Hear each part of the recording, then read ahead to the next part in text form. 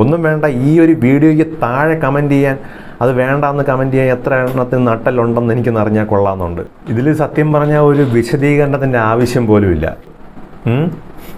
അതിനൊക്കെ വിറയ്ക്കും. Hello friends, എല്ലാവർക്കും ഏട്ടൻസ് വ്ലോഗിൻ്റെ പുതിയൊരു വീഡിയോയിലേക്ക് സ്വാഗതം. ഞാൻ വൈശാഖ് പുന്നശ്ശേരി. അപ്പോൾ കുറച്ച് ദിവസങ്ങളുടെ ഇടവേളയ്ക്ക് ശേഷം നമ്മുടെ സുരേഷ് ഗോപി വീണ്ടും ഒരു വിവാദത്തിൽ ബന്ധപ്പെട്ടിരിക്കുകയാണ്.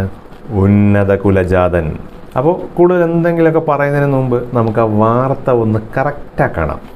രാജ്യത്ത് ഗോത്രവർഗ വകുപ്പ് ഉന്നത കുലജാതർ കൈകാര്യം ചെയ്യട്ടെ, എങ്കിൽ ആ വിഭാഗത്തിന് ഉന്നതി ഉണ്ടാകും. ദില്ലിയിലെ പരിപാടിയിൽ രാവിലെ കേന്ദ്രമന്ത്രി സുരേഷ് ഗോപി പറഞ്ഞതാണിത്.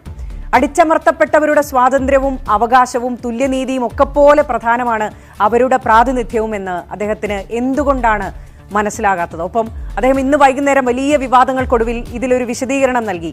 നിങ്ങൾക്ക് ഇഷ്ടപ്പെട്ടില്ലെങ്കിൽ അത് പിൻവലിക്കാമെന്ന് അദ്ദേഹം പറയുന്നു. പക്ഷേ അതിനോട് കൂട്ടിച്ചേർത്ത് അദ്ദേഹം ഒരു വരി കൂടി പറഞ്ഞു. രാവിലെ പറഞ്ഞത് അപ്പാടെയും അദ്ദേഹത്തിന്റെ ഹൃദയത്തിൽ നിന്നാണ് വന്നതെന്ന്. ഈ ഉന്നത കുലജാതർ എന്ന പ്രയോഗമടക്കം അദ്ദേഹത്തിന്റെ ഹൃദയത്തിൽ നിന്നാണ് വന്നതെങ്കിൽ അദ്ദേഹത്തെ തിരുത്താൻ ആർക്കും പറ്റില്ല എന്നുള്ള കാര്യത്തിൽ ഒരു സംശയവും വേണ്ട. എന്തായാലും അതിലേക്ക് തന്നെയാണ് നമ്മൾ ആദ്യം വിശദമായി പോകുന്നത്. വീണ്ടും വിവാദക്കുരുക്കിൽ അല്ലേ, അത് വളരെ മോശമായിട്ടുള്ളൊരു കാര്യമാണ്. അങ്ങനെ പറയാൻ പാടില്ലായിരുന്നു. പക്ഷേ നമ്മൾ ഒരു കാര്യവും മുഴുവൻ കാണാതെ നമ്മൾ അതിനെപ്പറ്റി വിലയിരുത്താൻ പാടില്ല എന്നൊരു സംഭവമുണ്ട്. ബ്രാഹ്മണനോ നായിഡുവോ കൈകാര്യം ചെയ്താൽ അവരുടെ കാര്യത്തിൽ ഉന്നതി ഉണ്ടാകും, വകുപ്പ് വേണമെന്ന ആഗ്രഹം ഉണ്ടായിരുന്നുവെന്നും സുരേഷ് ഗോപി ദില്ലിയിൽ ബിജെപിയുടെ പ്രചാരണ പരിപാടിയിൽ രാവിലെ പറഞ്ഞു. ആദ്യം അത് കേൾക്കാം. ഞാൻ 2016 MP ആയ ആ കാലഘട്ടം തൊട്ട് ഞാൻ മോദിജിയോട് ആവശ്യപ്പെടുന്നുണ്ട്, എനിക്ക് സിവിൽ ഏവിയേഷൻ വേണ്ട, എനിക്ക് ട്രൈബൽ തരും. അപ്പൊ നമ്മുടെ ഒരു നാട്ടിലെ മറ്റൊരു ശാപമാണ്, ഒരു ട്രൈബൽ ക്യാബിനറ്റ് മന്ത്രി ഒരിക്കലും ട്രൈബൽ അല്ലാത്ത ആളാവുകയും. എന്റെ ആഗ്രഹമാണ്, എന്റെ സ്വപ്നമാണ്, ഒരു ഉന്നത കുലജാതൻ അവരുടെ ഉന്നമനത്തിന് വേണ്ടി ട്രൈബൽ മന്ത്രിയാവണം. ഒരു ട്രൈബൽ മന്ത്രിയാവാൻ ഒരാളുണ്ടെങ്കിൽ അദ്ദേഹത്തെ മുന്നോക്ക ജാതികളുടെയൊക്കെ ഉന്നമനത്തിന് വേണ്ടിയുള്ള മന്ത്രിയാക്കണം. ഈ പരിവർത്തനം ഉണ്ടാകും നമ്മുടെ ജനാധിപത്യ സംവിധാനത്തിൽ. ജാതിവശാൽ അങ്ങനെ നമ്മൾ ബ്രാക്കറ്റൈസ് ചെയ്തിട്ടുള്ള ഉന്നത കുലജാതി, ഒരു ബ്രാഹ്മണനോ ഒരു നായിഡുവോ, അവർ നോക്കട്ടെ ഗോത്രവർഗത്തിന്റെ കാര്യങ്ങൾ. വലിയ വ്യത്യാസമുണ്ടാകും. ഇത് ഞാൻ അപേക്ഷിച്ചിട്ടുണ്ട് പ്രധാനമന്ത്രിയോട്. പക്ഷെ ഇതൊക്കെ ചില ചിട്ടവട്ടങ്ങളൊക്കെ ഉണ്ട്. ഇതായിരുന്നു രാവിലെ നടത്തിയ പരാമർശം. അത് വലിയ ചർച്ചയായി. അതിന് പിന്നാലെ അല്പസമയം മുൻപ് അദ്ദേഹം ദില്ലിയിൽ വെച്ചൊരു വിശദീകരണം നടത്തി. ആ പരാമർശങ്ങളെയൊക്കെ മാധ്യമങ്ങൾ വളച്ചൊടിച്ചു എന്നുള്ളതാണ് അദ്ദേഹത്തിന്റെ പരാതി. പരാമർശമല്ല, ഹൃദയത്തിൽ നിന്ന് വന്നതാണ് ആ പറഞ്ഞത്. അത്രയും പറഞ്ഞത് മുഴുവൻ കൊടുത്തില്ല. മുന്നോക്ക ജാതിക്കാരുടെ കാര്യം നോക്കാൻ പിന്നാക്ക വിഭാഗക്കാരെയും കൊണ്ടുവരണമെന്നും താൻ പറഞ്ഞതായി സുരേഷ് ഗോപി വിശദീകരിച്ചു. ഇതിൽ സത്യം പറഞ്ഞാൽ ഒരു വിശദീകരണത്തിൻ്റെ ആവശ്യം പോലുമില്ല. അദ്ദേഹം പറഞ്ഞ കാര്യങ്ങൾ മുഴുവനായിട്ടും കേട്ട് കഴിഞ്ഞാൽ അതിലിങ്ങനെ ഒരു വിഭാഗത്തിൻ്റെ ആവശ്യം പോലും ഇല്ലല്ലോ. എന്താണ് പറഞ്ഞത്? പിന്നാക്ക വിഭാഗത്തിലുള്ള ആൾക്കാരുടെ കാര്യം നോക്കാൻ വേണ്ടി മുന്നാക്ക വിഭാഗത്തിൽ നിന്നുള്ള ഒരാൾ വേണം, ഒരു ജനപ്രതിനിധി വേണം. അതിനെ ഉന്നത കുലജാതൻ എന്ന വാക്കുകൊണ്ട് അദ്ദേഹം പറഞ്ഞു. അതുപോലെ തന്നെ പിന്നോക്ക വിഭാഗത്തിൽ നിന്നുള്ള ഒരു മന്ത്രി വരുമ്പോഴത്തേക്കും അത് മുന്നാക്ക വിഭാഗത്തിലുള്ള ആൾക്കാരുടെ ഉന്നമനത്തിന് വേണ്ടിയും പ്രവർത്തിക്കണം, അല്ലെങ്കിൽ അങ്ങനെ ഒരു മന്ത്രിയെ ആ ഒരു വകുപ്പിലേക്ക് കൊടുക്കണം എന്ന് വളരെ വ്യക്തമായി പച്ച മലയാളത്തിലല്ലേ ആ മനുഷ്യൻ പറഞ്ഞു വയ്ക്കുന്നത്. അതൊന്നും ഇവിടെ ആരുടെ തലയിലും എത്തുന്നില്ല, ഈ പറയുന്ന മാധ്യമ കോമരങ്ങൾക്കുൾപ്പെടെ. എന്താണ് ഈ സംഭവിക്കുന്നതെന്ന് എനിക്ക് മനസ്സിലാവുന്നില്ല. അദ്ദേഹം പറഞ്ഞ കാര്യം വളരെ വ്യക്തമാണ്. ഇങ്ങനെ ഒരു രണ്ട് മാറ്റം, അങ്ങനെ ഒരു പരിവർത്തനം ആവശ്യമാണ് എന്നാണ് അദ്ദേഹം പറഞ്ഞു വെച്ചത്. അതായത് ഈ ജാതി വ്യവസ്ഥയെ വേണ്ട, അതിനുള്ള ഒരു ആദ്യ ചുവടുവയ്പ്പാണിത്. മനസ്സിലായില്ലേ?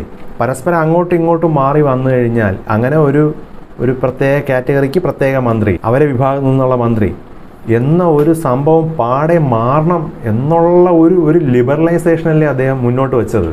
അതിലൊക്കെ എന്താണ് ഇത്ര വിവാദം ഉണ്ടാക്കാനിരിക്കുന്നത്? ഇപ്പം ഈ പറഞ്ഞൊരു കാര്യം ഒരു CPM-ൻ്റെ പ്രതിനിധിയോ അല്ലെങ്കിൽ കോൺഗ്രസിൻ്റെ പ്രതിനിധിയോ ആണെങ്കിൽ മതേതരത്വം, ഒരു ദൈവം, ഒരു ഇന്ത്യ എന്നൊക്കെ പറഞ്ഞും കൊണ്ട് പൊക്കാൻ വേണ്ടി ആളുണ്ടായിരുന്നേനെ. പക്ഷെ ഇത് പറഞ്ഞു പോയ ആള് BJP-യിൽ നിന്നായിപ്പോയി എന്നുള്ളതാണ് ഒരൊറ്റ പ്രശ്നം. അത്രയേ ഉള്ളൂ. അത് മാത്രമേ ഞാൻ നോക്കിയിട്ട് കാണുന്നുള്ളൂ. അല്ലാതെ പുള്ളി പറഞ്ഞതിലൊന്നും യാതൊരു പ്രശ്നവുമില്ല. ഉന്നത കുലജാതൻ എന്ന് പറഞ്ഞ് പുള്ളി വീണ്ടും അത് പറയുന്നുണ്ട്. എന്താണ് ആ ഉന്നത കുലജാതൻ എന്നുള്ളത്? ഉയർന്ന ജാതിയിലുള്ളത് ഉന്നത കുലജാതൻ തന്നെ. അതിലിപ്പോൾ എന്താണ് തെറ്റ്? താഴ്ന്ന ജാതിയിലുള്ളവർ, അതിനെ പിന്നാക്കം എന്ന് പറഞ്ഞാൽ എന്താണ്? അതൊന്നും ഇവിടുന്ന് ഒരിടത്തും പോയിട്ടൊന്നുമില്ല. ഇവിടെ നമുക്ക് ഈ സാമൂഹിക മാധ്യമങ്ങളിലൂടെയും മറ്റുള്ള പ്ലാറ്റ്ഫോമുകളിലൂടെ ഇരുന്ന് ഘോരം പ്രസംഗിക്കാവുന്നേ ഉള്ളൂ. ഈ മുന്നോക്കവും പിന്നാക്കവും ഒന്നും ഒരിടത്തും പോയിട്ടില്ല. അതിൻ്റെ ഏറ്റവും വലിയ ഉദാഹരണം എന്ന് പറയുന്നത് നമ്മുടെ സർക്കാർ സർവീസുകളും നമ്മുടെ വിദ്യാഭ്യാസ സ്ഥാപനങ്ങളും തന്നെയാണ്. ഈ സർക്കാർ സർവീസുകൾ ഇപ്പോഴും ഉണ്ടല്ലോ റിസർവേഷൻ എന്നുള്ളത്. റിസർവേഷൻ എന്തിൻ്റെ അടിസ്ഥാനത്തിലാണ് റിസർവേഷൻ കൊടുക്കുന്നത്? ഒരു ജോലി കിട്ടാനുള്ള മുൻഗണന എന്തായിരിക്കണം?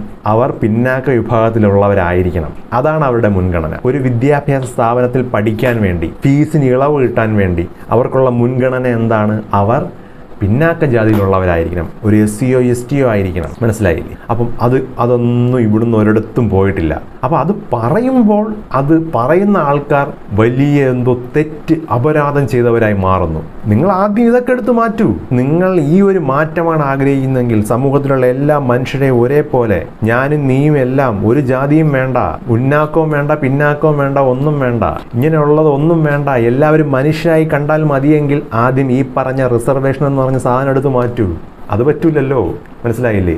നമ്മുടെ ആവശ്യങ്ങളൊക്കെ നടന്നു പോകാൻ വേണ്ടി നമുക്കിതെല്ലാം വേണം. നമുക്ക് റിസർവേഷൻ വേണം. അപ്പോൾ നമ്മളെ ജാതി ഏതാണെന്ന് നമുക്ക് പറഞ്ഞു കൊടുക്കാൻ പ്രശ്നമില്ല, നമ്മളെ കുലം ഏതാണെന്ന് പറയാൻ പ്രശ്നമില്ല. പക്ഷേ പബ്ലിക് പ്ലാറ്റ്ഫോമിൽ വന്നിരുന്ന് ഇങ്ങനെ പറയാൻ പാടില്ല. അവിടെയാണ് പ്രശ്നം. ജാതി പറഞ്ഞ് അധിക്ഷേപിച്ചു, ജാതി പേര് പറഞ്ഞു. അപ്പോൾ ആനുകൂല്യങ്ങൾ നേടുന്നതിനൊന്നും യാതൊരു പ്രശ്നവുമില്ല. പറഞ്ഞാൽ പ്രശ്നം അല്ല. ഇതിപ്പോൾ അങ്ങനെ ഒരു സംഭവം പുള്ളി പറഞ്ഞതുപോലുമില്ല. ഉന്നത കുലജാതനായിട്ടുള്ള ഒരു വ്യക്തി എന്ന് പറഞ്ഞു കഴിഞ്ഞാൽ മുന്നാക്ക സമുദായത്തിൽ നിൽക്കുന്ന ഒരു വ്യക്തി എന്നുള്ളത് തന്നെയാണ്. ശരി, അദ്ദേഹം പറഞ്ഞു വെച്ചതിൽ പിന്നാക്ക സമുദായത്തിലുള്ള ആൾക്കാരുടെ ഉന്നമനത്തിന് വേണ്ടി ഒരു ഉന്നത കുലജാതനായിട്ടുള്ള ഒരാൾ മതി എന്ന് പറഞ്ഞ അദ്ദേഹം ആ ഒരു സ്റ്റേറ്റ്മെന്റ് അവിടെ നിർത്തിയിരുന്നെങ്കിൽ ഈ പറയുന്ന വിവാദങ്ങൾക്ക് എന്തെങ്കിലും ഒരു കാര്യമുണ്ടെന്നെങ്കിലും പറയാമായിരുന്നു. ഇതിപ്പോൾ അതുപോലും ഇല്ലല്ലോടെ. വളരെ ദയനീയം, വളരെ ദയനീയം. അങ്ങനെ ഇപ്പോൾ മുന്നാക്ക വിഭാഗങ്ങൾക്ക് വേണ്ടി ഏത് വകുപ്പാണ് ഉള്ളതെന്നുള്ളത്? മറ്റുള്ള വിഭാഗത്തിൽ നിന്നുള്ള ആളുകൾ ട്രൈബൽ വിഭാഗത്തിൽ വരുന്ന പോലെ മറ്റുള്ള പിന്നാക്ക വിഭാഗത്തിൽപ്പെട്ട ആളുകൾ മുന്നോക്ക വിഭാഗത്തിന് ഇവിടെ ഇന്ത്യയിൽ ഏത് വകുപ്പാണുള്ളത്? ഇന്ത്യയിൽ ഏതെങ്കിലും ഒരു വകുപ്പ് മുന്നാക്ക വകുപ്പിനായിട്ട് സംവരണം ചെയ്തിട്ടില്ല എന്നുള്ളത് ഈ മന്ത്രിക്ക് അറിയാത്തതാണോ, അതല്ല അറിയില്ല എന്ന് നടിക്കുന്നതാണോ എന്നുള്ളതാണ് കൗതുകകരമായ കാര്യം. മുന്നാക്ക വിഭാഗങ്ങൾക്കായിട്ടുള്ള അല്ലെങ്കിൽ അവരുടെ ക്ഷേമ പ്രവർത്തനങ്ങൾക്ക് വേണ്ടിയുള്ള വകുപ്പ് ഏത് എന്ന് ഒരു മാധ്യമ പ്രവർത്തനമാണ് ചോദിക്കുന്നത് കേട്ടത്. അപ്പോൾ ആ ഒരു വ്യക്തി ഇപ്പോൾ ഒരു സാധാരണ വ്യക്തിയാണെങ്കിൽ, ഒരു സാധാരണക്കാരനാണെങ്കിൽ ഞാൻ പറയാം അദ്ദേഹത്തിന് അറിയേണ്ട കാര്യമില്ല. ഈ ഒരു മാധ്യമ പ്രവർത്തനമൊക്കെ നടത്തുന്നവന്മാർക്ക് ഒരു മിനിമം ഒരു അറിവ് ആവശ്യമല്ലേ? അറിയാതെ പോയിട്ടുണ്ടെങ്കിൽ അവർ പഠിക്കുക തന്നെ വേണം. മുന്നാക്ക വിഭാഗങ്ങൾക്ക് വേണ്ടിയുള്ള ആ ഒരു മന്ത്രാലയം ministry of social justice and empowerment എന്നുള്ള വകുപ്പിന് കീഴിലാണ് മുന്നാക്ക വിഭാഗം. മലയാളത്തിൽ പറഞ്ഞു കഴിഞ്ഞാൽ സാമൂഹിക നീതി ശാക്തീകരണ മന്ത്രാലയം. മനസ്സിലായോ? അങ്ങനെ ഒരു വകുപ്പിൻ്റെ കീഴിലാണ്, അല്ലെങ്കിൽ അങ്ങനെ ഒരു മന്ത്രാലയത്തിന് കീഴിലാണ് ഈ പറഞ്ഞ മുന്നാക്ക സമുദായങ്ങൾ പെടുന്നത്. ഓക്കെ, അപ്പോൾ അവർക്കും ആ രീതിയിൽ മന്ത്രിയാവാം. വൈസ് വേഴ്സ, അങ്ങോട്ടും ഇങ്ങോട്ടും മിക്സപ്പ് ചെയ്യുക എന്നതാണ് ഉദ്ദേശിച്ചത്. അപ്പം മിക്സപ്പ് ചെയ്യുന്നത് കൊണ്ട് എന്താണ് അതുകൊണ്ട് ഉദ്ദേശിക്കുന്നത്? ഈ പറയുന്ന ജാതി വ്യവസ്ഥകളെയൊക്കെ അങ്ങ് മാറ്റുക എന്നുള്ളതാണ്. അല്ലെ, ഇന്ന ഒരു ജാതിയിലുള്ളവർക്ക് ഇന്ന കാര്യങ്ങൾ, അത് കാലക്രമേണയെ മാറ്റിയെടുക്കാൻ പറ്റുള്ളൂ. അപ്പോൾ ഈ പറയുന്നത് പോലെ ഇതെല്ലാം മാറിയിട്ട് ഇപ്പോൾ ഏത് ജാതിയോ ഏത് കുലമോ എന്തോ ആയിക്കൊണ്ട് പോട്ടെ, എപ്പോഴും മനുഷ്യൻ താഴ്ന്നു നിൽക്കുന്നത് എന്തിൻ്റെ പേരിലാണ്? അത് പണത്തിൻ്റെ പേരിലാണ്. പണത്തിൻ്റെ പേരിൽ മാത്രമാണ് ഇപ്പോൾ വിവേചനം ഉള്ളത്. അതിപ്പം ഉന്നത കുലജാതനായിരുന്നാലും താഴെ കിടക്കുന്നവൻ ആരായിരുന്നാലും പണമുണ്ടെങ്കിൽ പിന്നെ അവൻ്റെ ജാതിയും മതമൊന്നും ഇവിടെ ആരും ചോദിക്കത്തില്ല. അവൻ പണമുണ്ടോ, അവന് പവറുണ്ട്, അത്രയേ ഉള്ളൂ. അപ്പോൾ ഈ പറയുന്ന മന്ത്രാലയങ്ങളുടെയൊക്കെ ഉദ്ദേശം ഈ താഴെ കിടക്കുന്നവർക്ക്, ജീവിത സാഹചര്യം ഒന്നുമില്ലാതെ കിടക്കുന്നവർക്ക് അവരെ ഉയർത്തിക്കൊണ്ടുവരാൻ വേണ്ടിയുള്ളതാണെങ്കിൽ ഈ പറയുന്ന റിസർവേഷൻ എല്ലാം എടുത്തു കളഞ്ഞിട്ട് സാമ്പത്തിക സംവരണം എന്നൊരൊറ്റ കാറ്റഗറി മതി. ആ ഒരു സംവരണം മാത്രം മതി. അതിപ്പോൾ ഏത് ജാതിയിലോ ഏത് കുലത്തിലോ പിറന്നവനായിക്കൊണ്ട് പോട്ടെ, അവൻ സാമ്പത്തികമായി പിന്നോട്ട് നിൽക്കുകയാണെങ്കിൽ അവന് സാമ്പത്തികമായി സഹായം നൽകുക. അവിടെയാണ് റിസർവേഷൻ കൊടുക്കേണ്ടത്. വിദ്യാഭ്യാസത്തിനായിരുന്നാലും ജോലിക്കായിരുന്നാലും. ആരോട് പറയാനിട ഇതൊക്കെ?